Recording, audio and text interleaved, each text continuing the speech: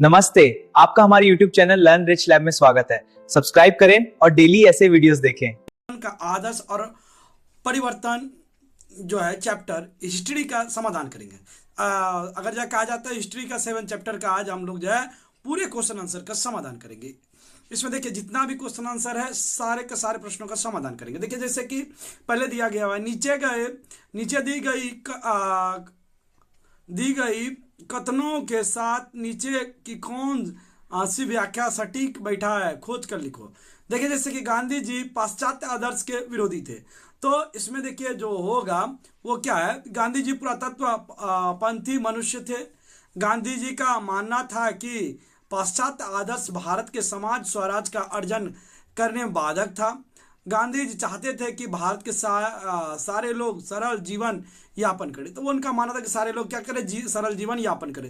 ये 3 नंबर में आप लोग टिक लगा दीजिएगा, ये 3 नंबर आप लोग का होगा, ये 3 नंबर में टिक लगाइए। उसका देखिए 1919 में रॉलेट कानून तैयार किया गया था। देखिए पहले जो है भारतीय राजनीति में गांधी जी का प्रभाव कम करने के लिए, भारतीय राजनीति में गांधी जी का क्या प्रभाव को कम करने के लिए, दूसरा जो था उसको देखिए कि ब्रिटिश विरोधी सोच और क्रांतिकारी आंदोलन को कम करने के लिए, और भारतीयों को संवैधानिक सुविधा और अवसर प्रदान करने के लिए। तो इसमें जो होगा दूसरा नंबर होगा, ये भारतीय क्रांतिकारी को कम करने के लिए, दूसरा नंबर में आप लोग लगा दीजिएगा। उसके बाद देखिए कथन, गांधी जी के खिलाफत आंदोलन का समर्थन किया था। तो देखिए भारत के राष्ट्रीय आंदोलन में मुसलमानों के समर्थन और सहयोग प्राप्त करने के लिए, तुर्कस के सुल्तान के प्रति सहानुभूति दर्शाने के लिए, मुसलमान समाज की उन्नति की मांग जोरदार करने के लिए। देखिए इसमें जो सबसे पहले जो है गोवा का 1 नंबर होगा, ये भारतीय क्रांतिकारी को कम करने के लिए, दूसरा नंबर में आप लोग लगा दीजिएगा। उसके बाद देखिए कथन, गांधी जी के खिलाफत आंदोलन का समर्थन किया था। तो देखिए भारत के राष्ट्रीय आंदोलन में मुसलमानों के समर्थन और सहयोग प्राप्त करने के लिए, तुर्कस के सुल्तान के प्रति सहानुभूति दर्शाने के लिए, मुसलमान समाज की उन्नति की मांग जोरदार करने के लिए। देखिए इसमें जो सबसे पहले जो है गोवा का 1 नंबर होगा। उसका देखिए कथन है, भारतीयों ने साइमन कमीशन का त्याग किया था। भारतीय सर जॉनसन को पसंद नहीं करते थे। दूसरा है सर जॉनसन भारतीयों के विरोधी थे। साइमन कमीशन में कोई भी भारतीय प्रतिनिधि नहीं था। इसका जो मेन कारण था वो भारत का कोई प्रतिनिधि नहीं था और ये बनाया गया था, तो इसलिए क्या किया था, वो लोग चाहता था कि खत्म हो जाए, ये ना हो, तो इसलिए 3 नंबर होगा आप लोगों के लिए, ये 3 नंबर में लगा दीजिएगा, ये 3 नंबर।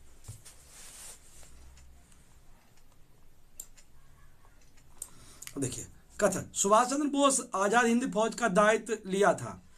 राम बिहारी बोस का अनुरोध करने के लिए आजादी हिंद फौज मदद से ब्रिटिश अधिकृत भारतीय भूखंड पर आक्रमण चलाने के लिए, जापान सरकार को मदद करने के लिए, वो जो था वो कही था आजाद हिंद फौज से ब्रिटिश अधिकारी भारतीय भूखंड पर आक्रमण करने के लिए, तो ये लगा दीजिएगा, तो 2 नंबर हो जाएगा।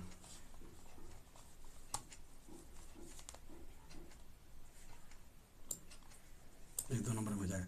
अब देखिए क स्तंभ से ख स्तंभ मिलाइए, क स्तंभ से ख स्तंभ। देखिए जैसे कि बिहार का चंपारण, वो जो था बिहार का चंपारण किस लिए था, ये देखिए कृषक आंदोलन के लिए। बिहार का चंपारण किस लिए था, कृषक आंदोलन के लिए, ये 4 नंबर, ये है देखिए 4 नंबर में हो जाएगा। दूसरा स्वराज जो है वो किसके लिए था, चित्तरंजन दास के लिए। स्वराज चित्तरंजन दास पर लगा दिया तो हो जाएगा, ये चित्तरंजन दास।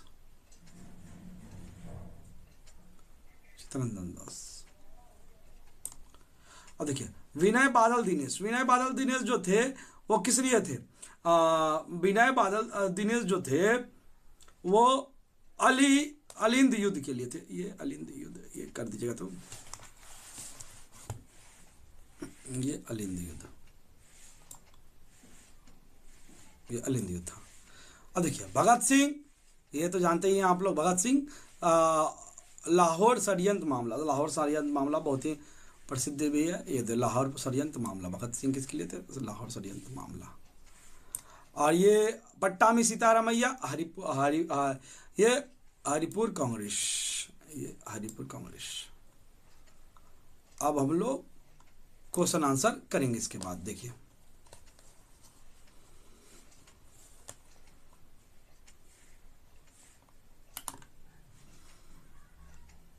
देखिए दक्षिण अफ्रीका का आंदोलन महात्मा गांधी के राजनीतिक जीवन पर कितना प्रभाव पड़ा था।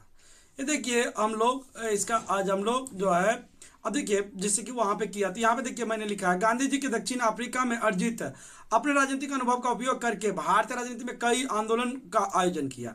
तो देखिए दूसरा जो क्या था कि गांधी जी ने भारतीय आंदोलन में वही नीति अपनाई जो दक्षिण अफ्रीका में सांप्रदायिक उद्भव स्थापित करने और वहां आंदोलन को मजबूत करने के लिए अपनाई थी। तो गांधी जी को लगा कि अहिंसा और शांतिपूर्ण तरीके से आयोजित आंदोलन निश्चित रूप से जीता जा सकता है। तो इतना लिख दीजिएगा तो इसमें हो जाएगा। उसको देखिए सफल होगा। गांधी जी के सत्याग्रह आदर्श की मूल भावना क्या थी। देखिए सत्याग्रह शब्द दो शब्दों से सत्य एवं आग्रह से मिलकर बना है। और यहाँ पे देख लीजिए, यहाँ पे देख सकते हैं आप लोग, सत्य और अहिंसा पर आधारित यह आदर्श भारतीय राजनीति में गांधी जी द्वारा प्रस्तुत की गई राजनीति था। यह राजनीति था। देखिए दूसरा उसके बाद है कि उनके अनुसार सत्याग्रह का तात्पर्य आत्मा की शक्ति या प्रेम की शक्ति से है। यह अन्याय के विरुद्ध शांतिपूर्ण और निहत्थे संघर्ष का था। उसके बाद देखिए यहाँ पे जैसे दिया हुआ, इसका मुख्य सिद्धांत डर पर विजय पाना और प्रतिद्वंदी का विश्वास जीतने का लगातार प्रयास करना था। इतना लिख दीजिएगा तो हो जाएगा इसमें। उसके बाद दूसरा देखिए, उसका देखिए स्वराज पंथियों के आंदोलन की मुख्य मांगे क्या क्या थी। स्वराज पंथियों की प्रमुख मांगे इस प्रकार थी। देखिए राजनीतिक मांगे, विधायकों के भीतर सरकारी कार्यों का विरोध करना, राष्ट्रीय हित को असंतुष्ट करने वाले विधायक और प्रस्ताव को आगे लाना और इस प्रकार राष्ट्रवाद की प्रगति में मदद करना और भारतीयों को विधायिका की कार्यवाही में बाधा डालना। अब देखिए अपना संविधान बनाने के अधिकार से वंचित कर दिया गया था, मतलब इसको वंचित कर दिया गया था। दूसरा आर्थिक सरकार बजट को स्वीकार करने से इनकार करे और सरकार द्वारा आर्थिक शोषण बंद करे, जो भी था ये आर्थिक शोषण में था। उसके बाद दूसरा देखिए किसे और क्यों सामंत गांधी कहा जाता था। सविनय अवज्ञा आंदोलन, गांधी जी के निर्देशानुसार का पालन करते हुए अब्दुल गफ्फार खान के कुशल नेतृत्व सीमांत प्रांत में सविनय आंदोलन चलाया गया। अब्दुल गफ्फार खान के प्रयासों के कारण यह आंदोलन उत्तर पश्चिम सीमा प्रांत के पेशावर तक फैल गया। देखिए किसे, तो अब्दुल गफ्फार खान को क्यों कहा जाता था उसके बारे में लिखिए। देखिए सविनय अवज्ञा आंदोलन संचालन, अहिंसात्मक आदर्शों की स्थापना के लिए अब्दुल गफ्फार खान ने खुद एक खिदमतगार भगवान के सेवक या लाल कुर्ता लाल शर्ट पार्टी की स्थापना की। इस दल के उत्तर पश्चिम सीमांत के क्षेत्र में जुलूसों का नेतृत्व किया। ब्रिटिश पुलिस और सेना ने 600 से 300 सदस्यों को मार डाला, लेकिन कभी भी आंदोलन में हिंसा को प्रवेश नहीं करने दिया। उसके बाद देखिए भारत छोड़ो आंदोलन में मतंगनी हजारा की भूमिका। मतंगनी हजारा की क्या क्या भूमिका थी। देखिए जैसे कि 1942 में भारत छोड़ो आंदोलन के समर्थन में मतंगनी हजारा का नेतृत्व मिदनापुर के तमलकुल में एक बड़ा जुलूस आयोजन किया गया था। 20,000 लोग वाले खाने को इतिहास में सीमांत गांधी कहा जाता है। जुलूस में शामिल हुए और तलुक पुलिस स्टेशन और कोर्ट हाउस पर कब्जा करने की कोशिश की। पुलिस के निहत्थे जुलूस पर गोलियां चलाई और मतंगनी को गोली मारकर हत्या कर दी गई और उनकी शहादत के बाद की पीढ़ियों की महिलाओं को स्वतंत्रता संग्राम में भाग लेने के लिए प्रेरित किया गया। मतलब उसके बाद जो हुआ वो लोग को भाग लेने के लिए प्रेरित किया गया था। देखिए अपनी भाषा में 100 से 120 में शब्दों में लिखिए। गांधी जी के सत्याग्रह के आदर्श की व्याख्या करो और उन आदर्शों के साथ कांग्रेस की शुरुआत नरम पंथियों के आदर्श की तुलना कीजिए। तो इसका देखिए सबसे पहले जो है सत्याग्रह का आदर्श, मुख्य आधार जो था। सत्याग्रह शब्द दो शब्दों सत्य और आग्रह से मिलकर बना है। यह सत्य और अहिंसा पर आधारित था। प्राकृतिक देखिए इसका क्या था। गांधी जी के अनुसार सत्य का अर्थ आत्म बलिदान या प्रेम था। सत्याग्रह की सहन शक्ति कोई सीमा नहीं थी, इसलिए हर सवाल इसलिए हार की सवाल ही नहीं थी। उसका मकसद देखिए, सत्याग्रह का उद्देश्य अहिंसा और आत्मपीड़ा के माध्यम से प्रतिद्वंदी पर विजय प्राप्त करने का था। इतना लिख देगा तो हो जाएगा। उसके बाद देखिए इसमें और जोड़ेंगे। अब देखिए, विविध सत्याग्रह का मुख्य तरीका भय पर विजय प्राप्त करना, प्रतिद्वंदियों का विश्वास जीतने के लगातार प्रयास करना था। विचारों के बीच तुलना, विचार के बीच गांधी जी सत्याग्रह आत्म और प्रेम था, जबकि एक महान मानव और निसंदेह समक्ष लोगों का धर्म था। देखिए इसी में नरमपंथी द्वारा अपनाया गया अहिंसात्मक सत्याग्रह मुख्य प्रार्थना, याचिका और विरोध पर आधारित था। गांधी जी की विचार और उदारवादियों के विचार में कोई विशेष समानता नहीं थी। गांधी जी दूसरा जो थी तुलना, गांधी जी ने राष्ट्र सामने सत्याग्रह के दो मूल उद्देश्य रखा, स्वराज और स्वशासन की प्राप्ति, सभी वर्गों के लोगों को आर्थिक और सामाजिक मुक्ति मिले, ये रखा था। और नरमपंथी का देखिए, नरमपंथियों का मुख्य उद्देश्य स्वशासन प्राप्त करना था।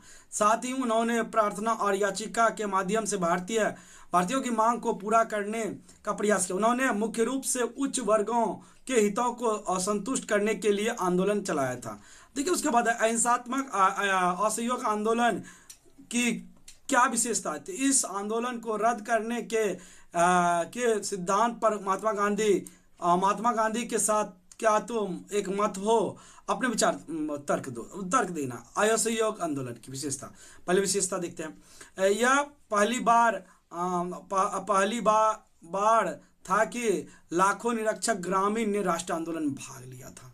पहली बार इसमें विशेषता था। देखिए बहुत कि पहली बार ग्रामीण लोगों ने भी इसमें क्या किया, चढ़ बढ़ कर हिस्सा लिया।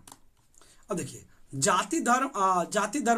जाति से उठकर सभी वर्गों के लोगों ने इसमें भाग लिया और इससे सामूहिक स्वरूप प्रदान किया। अधिकांश महिलाएं पहली बार अपने घरों से बाहर निकली और सभाओं, जुलूसों और धरनों में शामिल हुई। आंदोलन वापस लेने का निर्णय, चौरी चौरा घटना के परिणाम स्वरूप 25 फरवरी 1922 को असहयोग आंदोलन बंद कर दिया गया। गांधी जी के कारण, देखिए गांधी जी का कारण क्या था, हिंसा का प्रवेश। चौरी चौरा घटना के बाद गांधी जी को स्पष्ट रूप से समझ में आ गई कि अहिंसात्मक आंदोलन धीरे धीरे हिंसात्मक होती जा रही है, इसलिए वो क्या किए थे। हालांकि बंबई 17 नवंबर 1921 और मद्रास में 21 जनवरी 1922 में हिंसा की छिटपुट घटना हुई, लेकिन चौरी चौरा की घटना के बाद गांधी जी खुद को नियंत्रित नहीं कर सके। सशस्त्र हमले की आशंका, इस हिंसात्मक आंदोलन में भाग लेने वाला मूलतः निहत्थे थे। गांधी जी को डर था कि अगर अंग्रेज उन पर अग्नि यंत्रों से हमला करे तो बहुत खून खराबा होगी। अब देखिए उसके बाद दूसरा क्या था, किसानों की जमीन जब्त होने का आशंका। इस आंदोलन में किसानों के महत्वपूर्ण भूमिका निभाई। गांधी जी ने सोचा कि यदि ब्रिटिश सरकार किसानों की जमीन जब्त कर लेगी तो वे भविष्य में सभी जन आंदोलनों से खुद को अलग कर लेंगे। अगर जमीन जब्त कर लेगा तो वो क्या करेंगे, खुद को अलग कर लेंगे। ये भी सोच था गांधी जी का। इसीलिए देखिए पढ़ाई में बाधा, चूंकि आंदोलन में के दौरान छात्र ने स्कूल और कॉलेज का बहिष्कार किया, इसलिए वे संस्थान लंबे तक बंद रहे। पढ़ाई निरंतर बाधित हुआ, पूरी शिक्षा व्यवस्था ध्वस्त हो गई, इससे अभिभावक व्यवस्थित हो गए, इससे पहले की शिक्षित वर्ग इससे निराश हो गांधी जी ने आंदोलन बंद करने का निर्णय लिया। अब देखिए इसमें क्या है, मेरी राय, मतलब आप लिखिएगा, मेरी राय कि गांधी जी का निर्णय निराशाजनक था, लेकिन हिंसा के सत्याग्रह आदर्शों के दृष्टिकोण से जांचा गया तो यह उचित था। चौरी चौरा घटना के बाद असहयोग आंदोलन और अधिक हिंसात्मक हो सकता था और कई लोग इसके लिए घातक साबित हो सकती थी, इसीलिए क्या कि बंद हो गया। तो देखिए कानून अवज्ञा आंदोलन में आज लोगों को हिस्सेदारी का चरित्र था। सूर्य सेन और जो है इसका क्वेश्चन देख लीजिए, भगत सिंह का संग्राम क्या गांधी जी की नीति का सहगामी था, ये लिखना है। तो देखिए उत्तर, सविनय अवज्ञा आंदोलन में सार्वजनिक भागीदारी की प्रकृति कहते हैं। बंगाल के लोगों की भूमिका, नमक अधिनियम का उल्लंघन। देखिए मदनापुर के 24 परगना और काथी उपमंडल में महिषा, कालीपुर और क्या है, कलिकापुर और डायमंड हार्बर में नमक अभियान का व्यापक रूप से उल्लंघन किया गया। वहां पे वो लोग खुद ही जाकर के बनाने लगे। कद्दी के क्षेत्र में नमक अधिनियम का उल्लंघन करने के लिए स्वयंसेवक शिविर भी स्थापित किया गया। नमक सत्याग्रह जारी हो गई। दूसरा क्या था, अन्य अधिनियमों का उल्लंघन, अन्य आंतरिक क्षेत्रों में अन्य कानून का उल्लंघन करने के लिए भी अब जो अन्य था वो उल्लंघन कार्यक्रम उठाने का जेसोर, बांकुड़ा और 24 परगना में यूनियन बोर्ड के खिलाफ आंदोलन शुरू हो गया। काठी, आरामबाग और बालूड़ घाट क्षेत्रों में करो या मरो के बहिष्कार के लिए आंदोलन किया गया।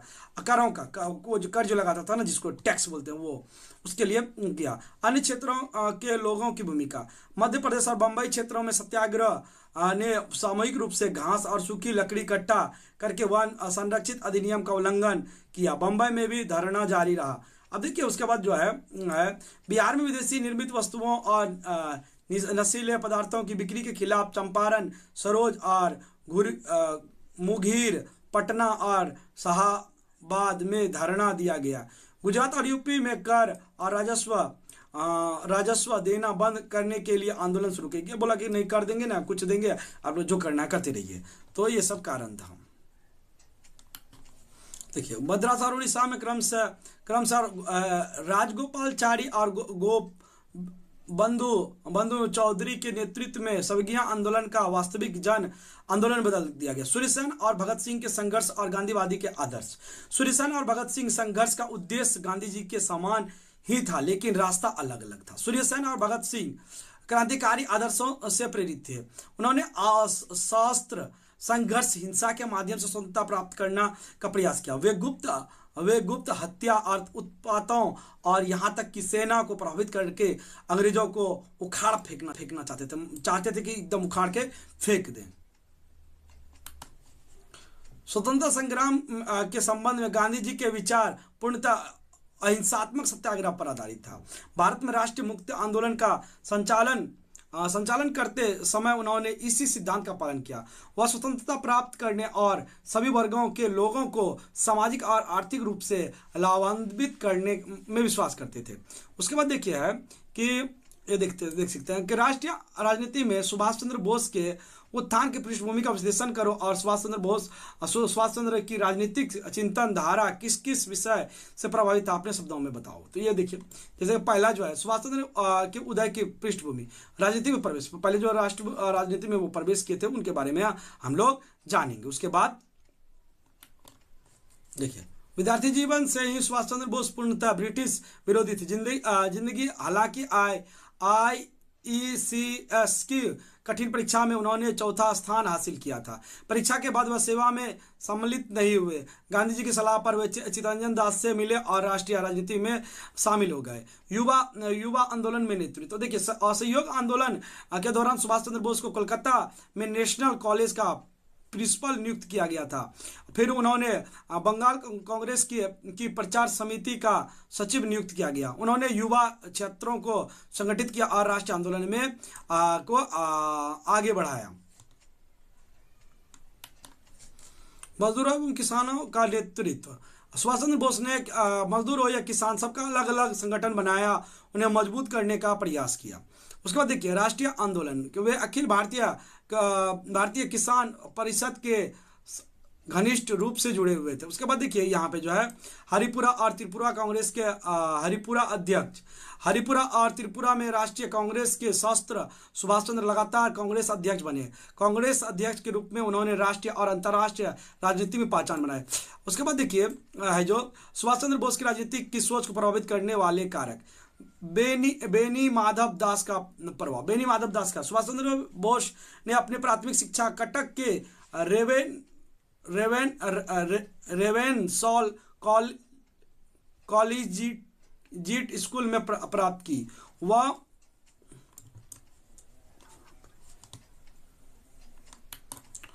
प्रिंसिपल बेनी माधव दास जो एक ब्राह्मण नेता थे के घनिष्ठ सहयोगी से प्रभावित थे। बेनी माधव दास ने उन युवा मन में देशभक्ति और राष्ट्रवाद भावना और नैतिक मूल्यों का संचार किया। अब देखिए दूसरा क्या था, विवेकानंद के आदर्शों का प्रभाव। स्वामी विवेकानंद के समाज और देशभक्ति के आदर्शों ने युवा सुभाष चंद्र बोस को गहराई से प्रभावित किया। छात्र जीवन से ही उन्होंने सगाई कर ली थी। स्वयं गरीब, हैजा और चेचक के रोगियों, दाह संस्कार और अन्य सामाजिक सेवाओं में लगे रहे। उन्होंने जीवन भर स्वामी जी के आदर्शों का पालन किया। उन्होंने अपने अधूरी आत्मकथा में भारत पथिक में स्वामी जी के प्रति अपनी गहरी श्रद्धा व्यक्त की है। इतना लिख दीजिएगा तो हो जाएगा। उसके बाद देखिए उन्होंने लिखा है, स्वामी जी के भाषण और कार्यों ने मेरे विचार धारा को बदल दिया। चित्तरंजन दास का प्रभाव। ICS परीक्षा में चौथा स्थान हासिल करने के बाद भी सुभाष चंद्र बोस सरकारी सेवा में शामिल नहीं हुए, बल्कि उन्होंने खुद को देश की सेवा में समर्पित करने का फैसला लिया। राष्ट्रीय मुक्ति आंदोलन में शामिल होने के लिए वह बंबई में गांधी जी से मिलने गए। गांधी जी की सलाह पर वे दीनबंधु चित्तरंजन दास से मिलने गए। वह धनी एवं विलासी बैरिस्टर की देशभक्ति से अत्यंत प्रभावित थे। तो देखिए भारत छोड़ो आंदोलन ने क्या गांधी जी के अहिंसा आंदोलन के आदर्श को मानकर चला था। नौ विद्रोह को स्वाधीनता संग्राम में योगदान की तुम किस तरह व्याख्या करोगे, मतलब व्याख्या करना है तो देखिए इसका करेंगे हम लोग। देखिए परिचय। नौसेना विद्रोह 1946 भारतीय स्वतंत्रता संग्राम के अंतिम चरण की एक महत्वपूर्ण घटना थी। यह लंबे स्वतंत्रता संग्राम के रास्ते का आखिरी मंच था जिसे पार करके भारत ने आजाद की स्वाद चखा। भारत छोड़ो आंदोलन और अहिंसा सत्याग्रह का आदर्श। नेताजी की गिरफ्तारी। भारत छोड़ो आंदोलन गांधी जी के नेतृत्व में अंतिम जन आंदोलन था। ब्रिटिश सरकार ने गांधी जी आदि सभी राष्ट्रीय नेताओं को गिरफ्तार कर लिया। जवाहरलाल नेहरू, वल्लभ भाई पटेल, कृपलानी और मौलाना आजाद, दरअसल कांग्रेस के सभी नेता राष्ट्रीय से लेकर जिला स्तर तक के लोगों को भारतीय संरक्षण अधिनियम के तहत गिरफ्तार कर लिया गया था। अनेकों अन्य दमनकारी उपाय अपनाए गए थे। आतंकवादी गतिविधि जैसे ही सरकार को दमनकारी नीति के प्रत्यक्ष आंदोलन को दबा दिया। गुप्त भूमिगत आंदोलन आकार लेने लगी। जयप्रकाश नारायण, अरुण आसफ अली, राम मोहन लोहिया और सुचेता कृपलानी जैसे नेताओं ने पूरे देश में गुप्त आंदोलन चलाने का प्रयास किया।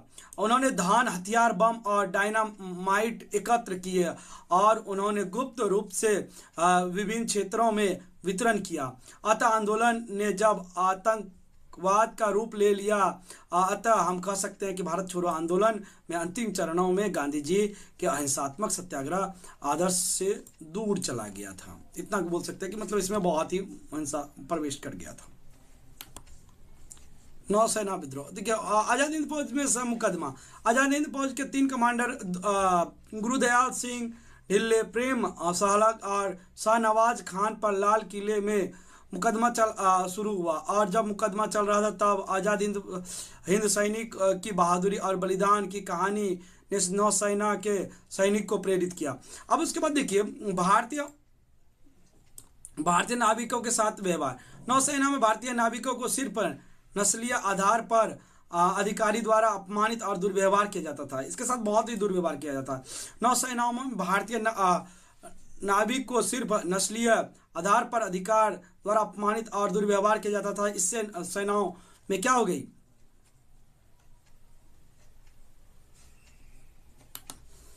भारतीय सेना में मन में कई तरह की शिकायतें पैदा हुई। भेदभाव व्यवहार। अब देखिए समान योग्यता रखने के बावजूद भारतीय अधिकारियों को उनके यूरोपीय समकक्ष की तुलना में कम वेतन दिया जाता था। इसके अलावा भारतीय नाविकों को निम्न और गुणवत्ता वाला भोजन, कपड़ा दिए जाते थे। पदोन्नति का पुनर्वास का अभाव। भारतीय कर्णधारों और नाविकों अधिकारियों को कभी भी कोई पदोन्नति नहीं दी जा गई। अतः नौसेना के भारतीय कर्मचारियों में धीरे धीरे ब्रिटिश विरोधी का भावना पैदा होने लगा। विद्रोह की शुरुआत। रॉयल इंडियन नेवी के जहाज तलवार के रेडियो ऑपरेटर बलाई दत्त को वंदे मातरम, जय हिंद और इंकलाब जिंदाबाद जैसे नारे लिखने के कारण बर्खास्त की गई। ये सब नारा लिखा था जिसके कारण उनको क्या कर दिया गया, बर्खास्त कर दिया गया। इसके विरोध में 18 फरवरी 1946 को कमांडर SF खान के नेतृत्व में 1500 भारतीय नाविक ने विद्रोह की घोषणा कर दी। फैसला दूसरे दिन बंबई में नौसेना प्रशिक्षण जहाज कैंसिल और कोर्ट में बैरक में विद्रोह फैल गई। विद्रोह की आग बंबई के समुद्री तट पर तैर रहे 60 जहाजों में भी फैल गई। आंदोलनकारियों ने यूनियन जैक को मस्तूल से हटा दिया और राष्ट्रीय कांग्रेस, कम्युनिस्ट पार्टी और मुस्लिम लीग के झंडे फहरा दिए। यह मद्रास, कोलकाता, कोच्चि और कराची के बंदरगाहों तक फैल गई। हड़ताल समिति का गठन।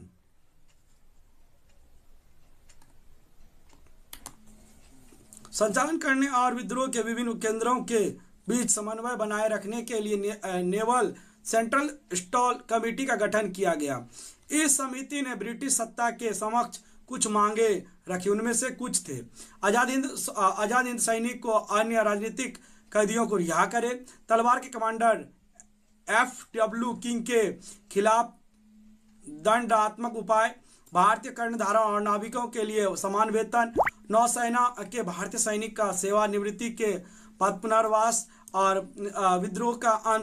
विद्रोह का खत्म करने के लिए ब्रिटिश सेना का विद्रोह ने सीधा टक्कर हुई, अब सीधा टक्कर हो गया था।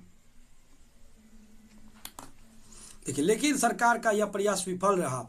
अंततः सरदार वल्लभ भाई पटेल के निर्देशानुसार विद्रोह 23 फरवरी 1946 को आत्मसम्मान कर दिया गया। इतना लिख दीजिएगा तो हो जाएगा। इस प्रकार हम लोग का ये जो है क्लास 8 का ये जो पूरा क्वेश्चन आंसर था सब समाधान हो गया। आशा है कि आप लोग को समझ में आया होगा।